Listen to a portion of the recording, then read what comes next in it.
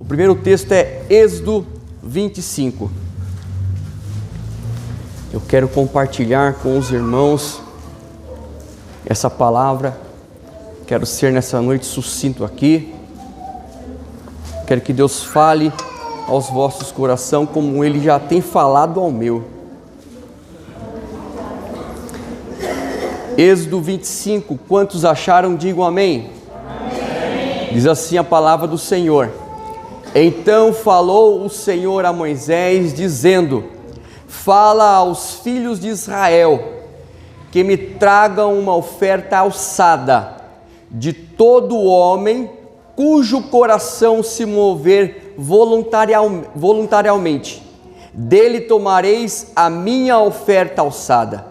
E esta é a oferta alçada que recebereis deles: ouro e prata e cobre, e o azul, e a púrpura, e o carmesim, e o linho fino, e peles de cabras. Agora vamos estar lendo lá na Epístola aos Hebreus, capítulo 10. Aos Hebreus, capítulo 10. Também do 1º ao 4º. Eu vou estar esperando os irmãos acharem.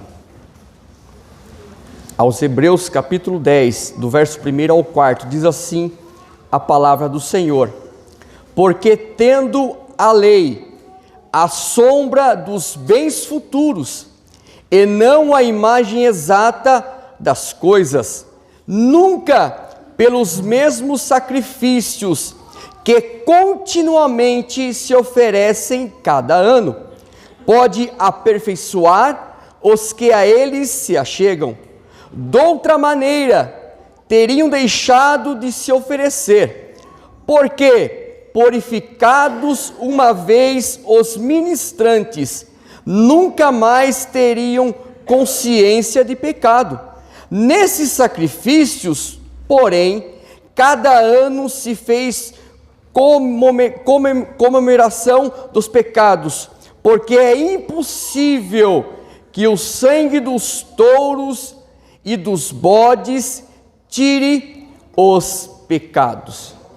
Queridos, essa é uma palavra bastante conhecida. Eu vou estar retornando para nós entendermos aonde se aplica essa palavra em Êxodo 25. Os irmãos sabem que os israelitas estavam sob o cativo do povo egípcio. Mas a Bíblia diz que o Senhor prometeu tirar eles do Egito. Então Deus levantou um homem por nome de Moisés, que quer dizer tirado das águas. Deus vem tirando então a nação de Israel do Egito com mão forte. Nós vemos que no deserto, nós vemos que o poder de Deus era tão grande, o poder sobrenatural, que as providências de Deus eram diárias àquele povo, porque a Bíblia diz que todo dia Deus mandava do céu maná. A palavra maná quer dizer o que é isto? O povo não entendia, mas Deus fazia cair do céu todo dia, e a Bíblia diz que o povo não poderia guardar para o próximo dia. Por quê? Porque todo dia tinha maná, ou seja, todo dia tinha providência divina na casa de cada israelita. Nós vemos que lá no deserto, quando eles ficavam enjoados de maná, Deus mandou codornizes. Nós vemos que lá no deserto as roupas não envelheciam, as roupas cresciam no seu corpo. Lá no deserto o sapato crescia no corpo. Lá no deserto então, nós vemos que a providência de Deus era vivida.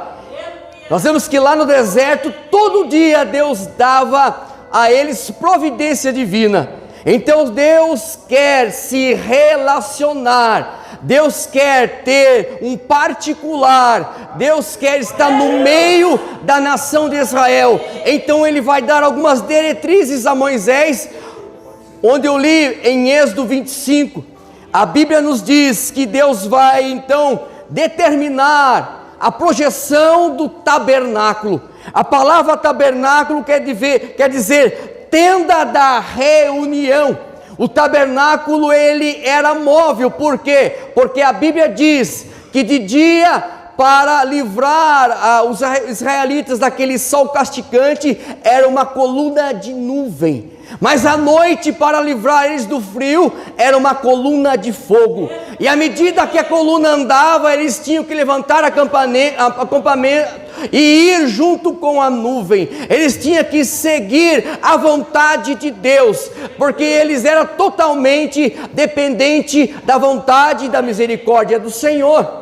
Então nós vemos então que a nação de Israel, nós vemos que Deus vai determinar a Moisés as dimensões, as diretrizes para construir um tabernáculo. Aleluia. E nós vemos que o tabernáculo, lá em Êxodo 25, ele vai apontar para Cristo, porque nós vemos aqui aos Hebreus que o Antigo Testamento é a sombra, ele vai se aplicar a Cristo. Então nós vamos ver, queridos, que pelo menos uma vez ao ano, todo israelita teria que ir para o chamado dia da expiação. Pelo menos uma vez ao ano, ele teria que levar a sua oferta. Eu quero abrir um parênteses aqui para dizer, lá em Êxodo 25, quando Deus fala a Moisés dizer, dize ao povo de Israel para trazer ouro, prata e cobre. Aleluia. Alguns aqui, irmãos, vão ofertar ouro, prata e cobre, porque Deus está determinando, mas alguns com essas joias que eles ganharam lá no Egito, infelizmente fizeram lá o bezerro de ouro. Deus está dando mais uma oportunidade ao povo. Então nós vemos que pelo menos uma vez ao ano, todos teriam que levar a sua oferta, ou o animal que seria sacrificado. O animal não poderia ter defeito, porque o sacerdote já fazia ali um exame. Se tivesse algum defeito, aleijado, manco, ele era rejeitado automaticamente. É por isso que você vai ver Jesus entrando lá em Mateus, está escrito que ele entra no templo e ele vai derrubar a mesa dos mercadores. Por quê? Porque naquele tempo, infelizmente, nós vemos que a expectativa de trazer a melhor oferta, a expectativa de entregar ao Senhor um verdadeiro culto de adoração, tinha se perdido pelo caminho. Por quê? Porque os judeus já não traziam mais a melhor oferta, ele deixava para comprar na porta do templo, e muitas das vezes não era o melhor animal, era um animal defeituoso, um animal aleijado, um animal muitas vezes cego, mas ele dava. Por quê? Porque ele já não tinha mais a expectativa de entrega. Aleluia. Eu aprendo uma coisa aqui, irmãos, no culto nós nunca viemos receber, nós sempre vemos entregar o melhor adoração, nós vemos entregar ao Senhor, porque Ele é o merecedor de honra, de glória e de louvor. Então o tabernáculo está apontando para Cristo. Aleluia. Dentro do tabernáculo tinha 3 divisões: átrio, lugar santo e lugar santo dos santos.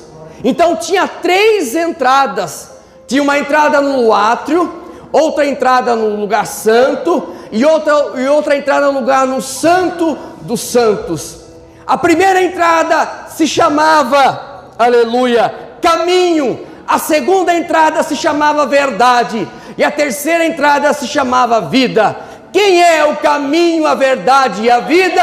Jesus. Então quando Jesus vai dizer, eu sou o caminho, eu sou a verdade e eu sou a vida, Ele está dizendo aquilo que lá no Antigo Testamento estava especificado como sombra, agora literalmente estou no meio de vós. Por quê?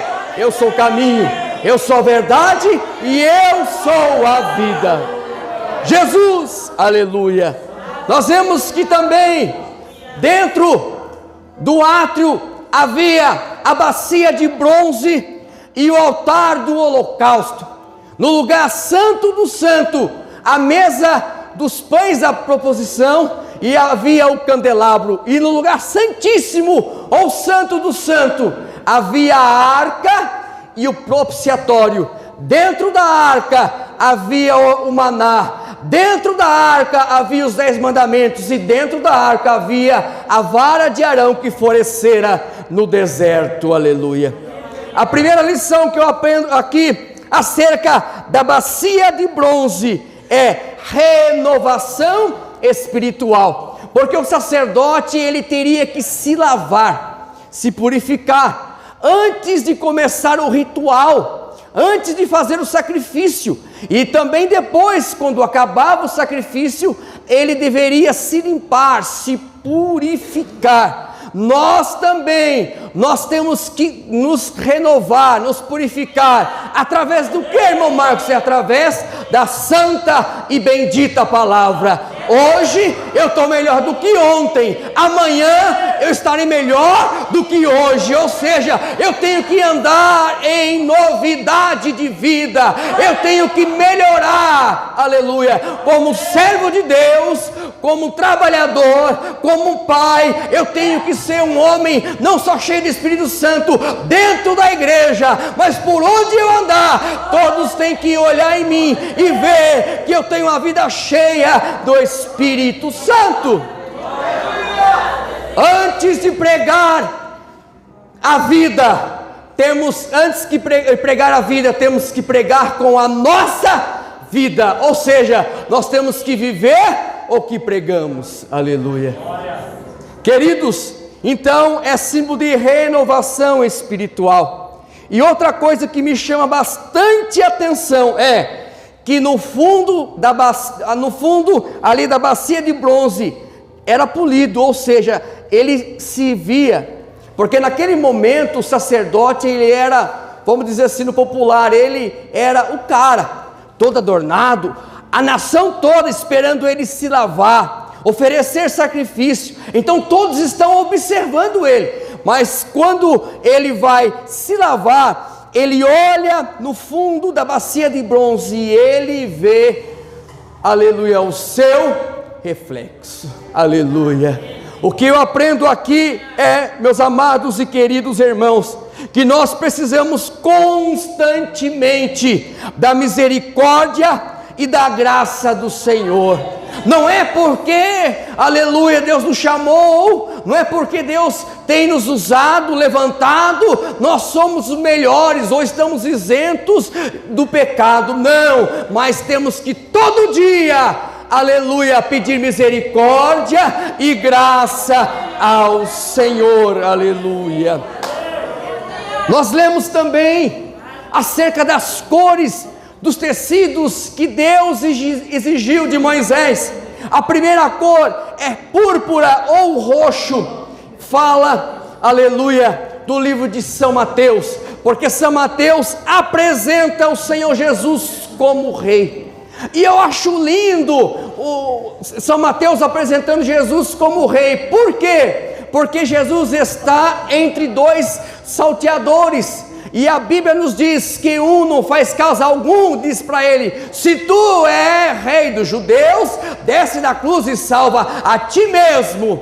Mas outro diz assim: rapaz, para de falar isso, nós estamos aqui porque merecemos, mas ele não, ele é um homem justo, santo, reto. Senhor, lembra-te de mim quando entrares no teu reino. Jesus está na cruz do Calvário, mas como rei ele disse: hoje mesmo estarás comigo no meu reino. Quem, aleluia, falou isso foi Jesus, o rei dos reis, aleluia. A segunda cor é carmesim ou vermelho, e a Bíblia nos diz, aleluia, que ele é o servo sofredor.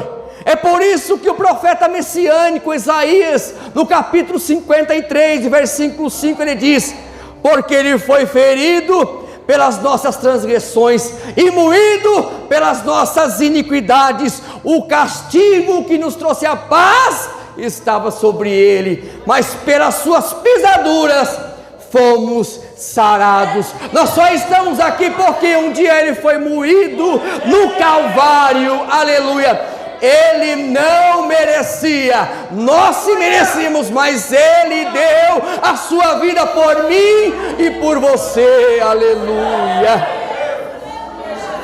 Eu acho lindo, queridos, o que o Dr. Lucas, ele escreve, Jesus no Getsemane, e ele começa o seu suor a se transformar em sangue, um fenômeno chamado hematitrose. Dr. Lucas, por ser médico, é o único evangelista que narra esse fato. Ele está com agonia lá no Getsemane da cruz que ele passaria posteriormente. Ele está sentindo, aleluia, a surra, ele está sentindo o peso da cruz, ele está sentindo, aleluia, a perfuração dos cravos nas mãos, mas mesmo assim, ele não desistiu. Ele chegou ao ponto de dizer: Pai, se possível, passa de mim esse cálice, porém, não seja feita a minha vontade, mas a tua. Jesus está sentindo a agonia da morte, irmãos, mas ele não desistiu, aleluia, porque ele sabia que um dia nós estaríamos aqui para relembrar, aleluia, a morte e ressurreição de Jesus, aleluia. Nós vemos também a terceira cor, é o branco, está relacionado a Lucas, e o doutor Lucas narra uma história tremenda também, aleluia. Jesus está na porta de Naim, e a Bíblia diz que ele viu uma viúva chorando a morte do seu único filho, e a Bíblia diz que ele, movendo-se de íntima compaixão, o texto não fala que ele teve uma afinidade, o texto não fala que ele teve uma empatia, o texto não fala que ele teve uma simpatia, mas o texto fala que ele moveu-se de íntima compaixão. Empatia, irmãos, é você se identificar com pessoas parecidas com você. Simpatia é você ter afinidades, mas compaixão não, é colocar-se no mesmo lugar. Por isso, o único que pode falar não chores é Jesus, porque ele é o único que pode se colocar no mesmo lugar da pessoa que está chorando, é o único que pode se compadecer. E a Bíblia diz, ele disse para aquela mulher: não chores, mulher. Tocou no esquife e o menino levantou, aleluia, é o único que tem todo o poder. Por fim, a última cor é o azul, fala da divindade do Senhor, está relacionado ao livro de João. Então nós vemos que as 4 cores das cortinas dentro do tabernáculo apontavam para Jesus: a púrpura, o carmesim, o branco e o azul, ou seja, Mateus, Marcos, Lucas e João, aleluia. Mas também tinha o candelabro no lugar santo, aleluia. Candelabro fala de luz, luz, aleluia. Cristo é a nossa luz. Dentro do lugar santo precisava de luz para o sacerdote efetuar o sacrifício, o ritual. Nós vemos então que o sacerdote ele precisaria de luz no candelabro, e o candelabro era movido pelo azeite batido puro de oliva, aleluia. O azeite é símbolo do Espírito Santo, aleluia. A Bíblia diz que nós somos luz do mundo, ou seja, se nós não estamos sendo luz do mundo por onde estamos passando, está faltando combustível. Que combustível é? Azeite do Espírito Santo. Falta a presença do Espírito Santo. Por quê? Porque por onde você passa, não precisa você dizer, eles vão ver em você que você é verdadeiramente um homem ou uma mulher cheio da presença do Espírito Santo. O profeta Eliseu, ele ia e voltava por Sunem, e a Bíblia diz que a mulher sunamita disse para o seu esposo: meu esposo, eis que eu observo que esse homem que passa por nós é um santo homem de Deus, é cheio da presença do Espírito Santo. Ele fala diferente, ele age diferente, ele se relaciona com as pessoas diferentes. Por quê? Ele é um homem cheio da presença do Espírito Santo. E Ele está aqui nessa noite para nos encher, para nos transbordar, para entrarmos, aleluia, em novidade de vida, falarmos diferente, andarmos diferente, agirmos diferente. Precisamos da presença do Espírito Santo de Deus.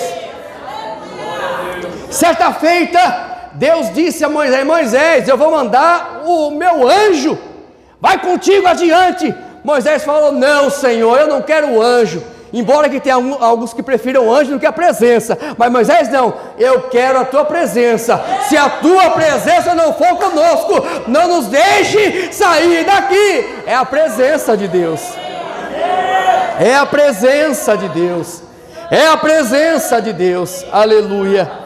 O que eu acho interessante é, entre o lugar santo e o santo do santo, a Bíblia diz que havia um véu. Segundo Flávio Josefo, a espessura desse véu era 10 centímetros. Segundo a história, 2 cavalos atados não conseguiam romper esse véu. Era a divisão. Porém, quando Jesus morre na cruz do Calvário e ele dá o último brado, Tetelestai, está consumado, o véu se rasgou de alto a baixo, para dizer para mim e para você que a obra da redenção não é do homem, é do céu. Para dizer para mim e para você que nós não fizemos coisa alguma, Deus fez tudo por mim e por você, mesmo não sendo merecedores. Aleluia. A Bíblia diz que Jesus veio ao mundo, ele aniquilou-se da sua glória, tomando forma de servo, semelhante aos homens, e achado na forma de homem, humilhou-se a si mesmo, obediente até a morte, e morte de cruz. Ele diz: Tetelestai. Em outras palavras, eu paguei, Pai. Pagou o quê? Eu paguei o preço. Para subir na cruz tinha que ser maldito, ele se fez maldito. Aleluia. Mas não só isso, quando ele sobe na cruz, ele está pago, ele crava na cruz do Calvário a cédula da nossa dívida.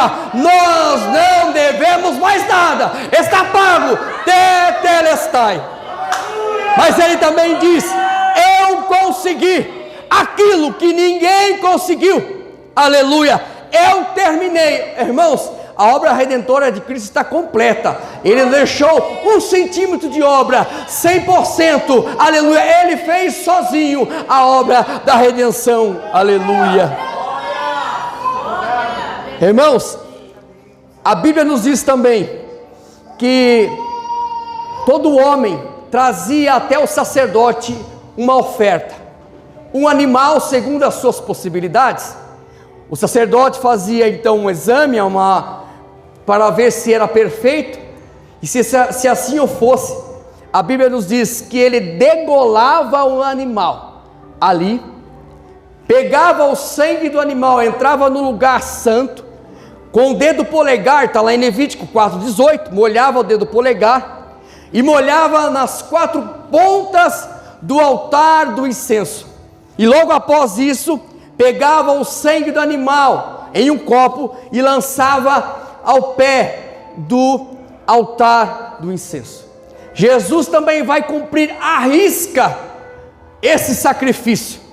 A Bíblia nos diz: sangue na primeira ponta, prego na mão direita, sangue na segunda ponta, prego na mão esquerda, sangue na terceira ponta, prego nos pés, sangue na 4ª ponta, uma coroa de espinhos na sua cabeça. Então falta o quê? Falta o sangue derramado no pé do altar. A Bíblia nos diz que eles furam o lado de Jesus e sai sangue com água. Aleluia, sangue no altar. Jesus cumpriu à risca todo o ritual de sacrifício.